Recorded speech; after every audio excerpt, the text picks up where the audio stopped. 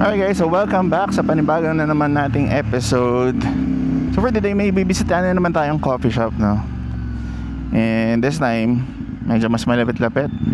Dito lang to sa Santa Rosa, Tagaytay Road. Ang yung pupuntahan nga pala nating coffee shop ay yung S-Space. So nadadaan-daanan lang to usually pag dito kayo dumadaan sa Santa Rosa, Tagaytay Road, pababa ng The Valley or ng Laguna. O malapit lang siya. So for today, aside from the coffee shop or the coffee ride na gagawin natin, gusto ko rin i-share sa inyo yung motovlog setup ko, from camera settings, mounting, audio. So yan, didiscuss natin habang nagko-coffee tayo. Parang kwentuhan lang, diba? So dito, since weekend, dito tayo dumadaan sa Inner Road. Dito tayo dadaan dun sa kabila, which is sa may Tolentino side. Dito tayo sa loob. Also, kasama nga din pala natin si Commander para may mag-shoot sa atin mamaya.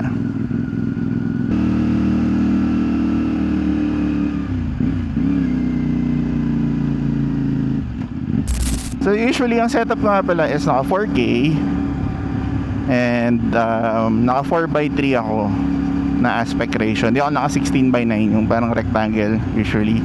Ginagawa ko minsan pag gusto kong creative shot, 4:3 box siya, or pwede ka i-stretch kasi naka 4K naman ako. And then naka 25 frames per second, naka manual. Mamaya check, ibibigay ko, lalagay ko yung list dito mamaya. Papost ko yung settings ko dito and screenshot nyo na lang para mas madali.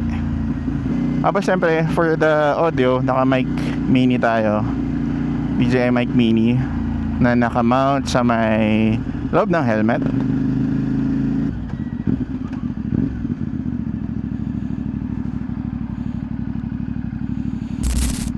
Ito na yun guys, the S-Space. Kala ko dun yung daanan, ito pala.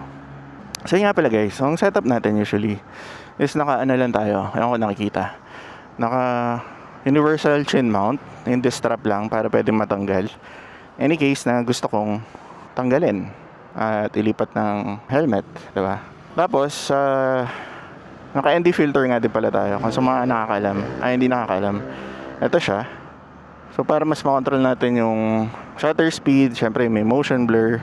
So again, sabi ko kanina, naka 1/50 tayo na shutter speed kasi naka 25 frames per second tayong mag-record. So usually, ang 180 rule nun is double the frame rate, which is 1/50. So para maganda yung blur, lalo na pag mabilis, blurry yung background, diba? Parang naglalagay ako nito pag sobrang bright. Katulad ngayon, although hindi naman maaraw, pero maliwanag pa rin kasi. And then for yung setup natin, yun nga, naka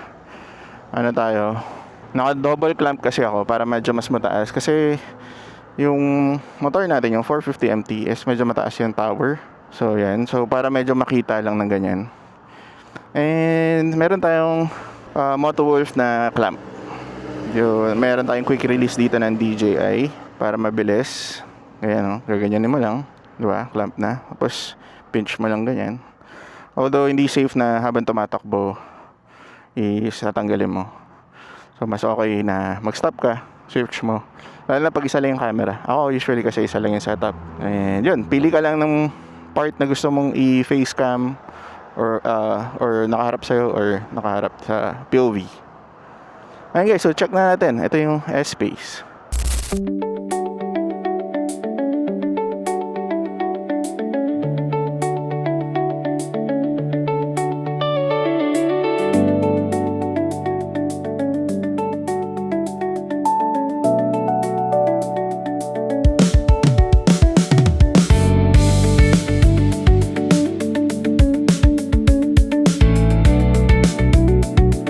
Okay, so nandito na yung in-order natin coffee.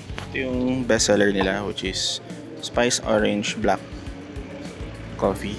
So, orange juice siya. Tapos, may part orange juice. So, 2 shots of espresso. Test natin.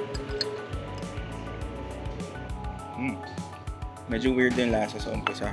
Kasi, yung asim ng orange juice, tapos yung pait ng espresso.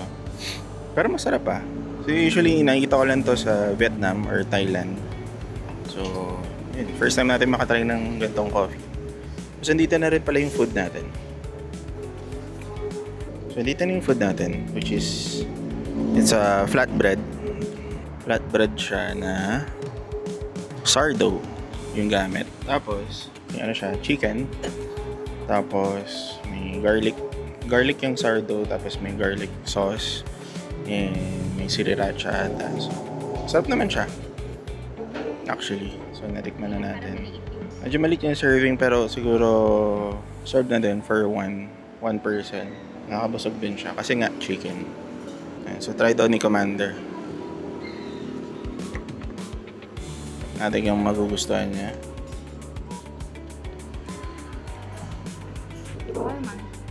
Okay daw. Kasi malasa. Tapos medyo mahilig ako sa maanghang. So may sriracha naman siya. Chicken for protein. Flavor naman siya actually. Natikman natin. So yun. So sobrang okay dito sa S-Space, no? Medyo weird yung name kasi S tapos may space. Space. Kasi ano to, glass ba to? Or plastic? Glass. Yes. Glass siya. Maganda siya kasi hindi siya disposable, so less trash. Pait. Hindi ako, disclaimer, I'm not really a coffee drinker girly, pero unique siya. Parang may citrus flavor or citrus na feeling. Tapos, Masarap, no? So okay yung vibe dito guys sa ano. Hindi siya yung usual na moji. Sasabi nga namin or Japandi. So ganyan siya. Para siyang Siargao. May nakita akong video, sabi parang Siargao vibes. So may mga longboard, kung anik-anik na mga pang-display na binibenta din nila actually. Tapos may mga stickers ng mga riders doon. So may mga helmet din. Ayun, meron din nga pala mga motor, no? Wait, kasi thank you sa owner to or din sa barista. So may isang dirt bike which is Zero. Ano, diba? So din natin magkaroon ng dirt bike guys actually. Simple lang, 2-stroke. 2-stroke ba ang Zero? Di ko alam guys. Track na lang. Normal, diba? Pang trail. And may PG1. Ando to kasi pinambubundok din to kahit PG1. Kayang-kaya. Kaya guys, so, dito natin nilipat yung parking. Kanina doon tayo nag-park. So, ayun nga. Yung usual setup ko is naka 4K. 4K yung resolution. 25 frames per second. Tapos naka manual shutter speed. So ngayon, yung kuha ko ngayon is naka-auto na to. Usually pag nagra-ride lang or while riding, naka-manual ako. ISO is naka 100 to 1600 or minsan pag madilim, 3200. So kaya ganun yung range para automatic action cam naman kasi siya so nag-a-adjust siya automatically. No?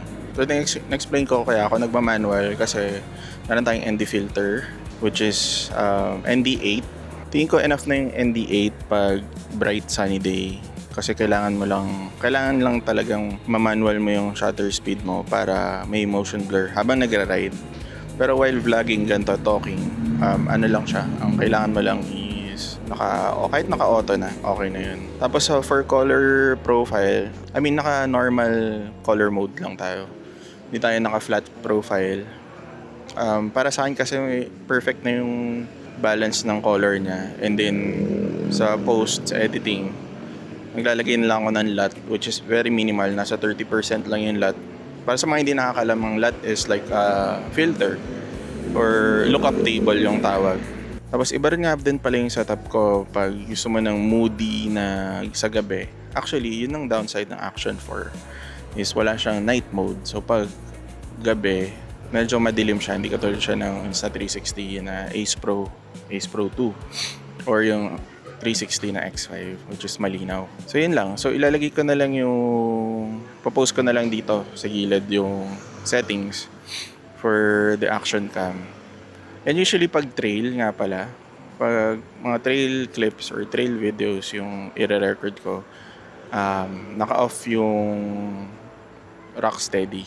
So wala siyang stabilization. Kahit sa post, hindi ko siya ini-stabilize para yung action mas ramdam ng viewer. sinushoot ko yung mga videos ko mostly by 4:3 aspect ratio. Hindi ako nagsi 16:9. Bakit? Gusto ko ma-maximize yung full range or yung full width ng action cam.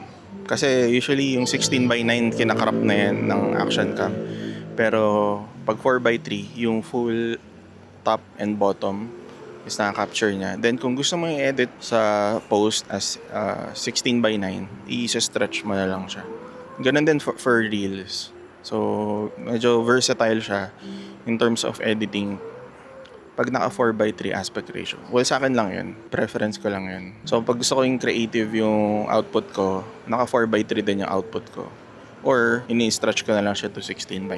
Actually, gusto ko ipakita sa inyo eh. Video ko na lang ng phone. So, usually, ganito yung settings natin. So, click nyo lang yung settings. So, for now, naka-auto. Diba? White balance ko is 55K pala. Pag nagre-record ako ng vlog is naka-zero yung transmitter. Sa audio naman, naka-reduction, yung noise reduction naka-low para hindi masyadong makapture yung background. Tapos yung exposure, again, pag nagvo-vlogging, naka-auto tayo. Pero sa EV, naka+1. Tapos yung ISO natin is 100 to, naka-range yung 100 to 3200. Tapos nililipat ko siya ng, pag mag-ride na, lipat ko siya ng manual actually. Sa manual, naka 1/50 tayo. So, ito yung settings. Sabi ko nga, naka 4K, 4:3, na naka 25 frames per second. Tapos yung kanina, yung shutter speed natin dito pag magra-ride is, pag naka manual, is 1/50.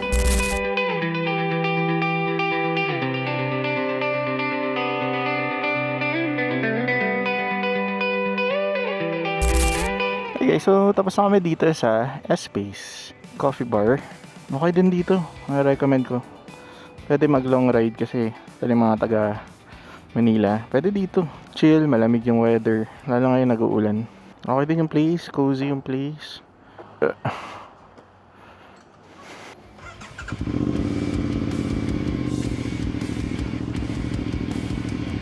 Thank you po.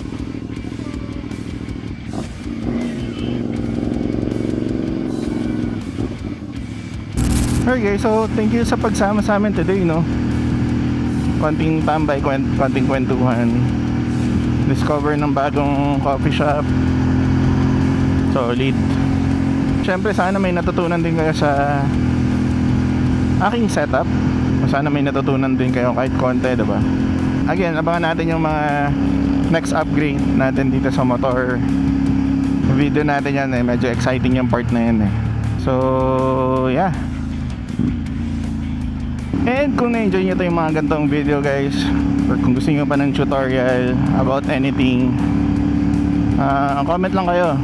Try natin gawin, diba? Hindi man tayo expert, pero syempre may konting alam tayo, konti lang naman. Alright guys, so again, this is Mark Nomad. See you on the next one. See you on the next video.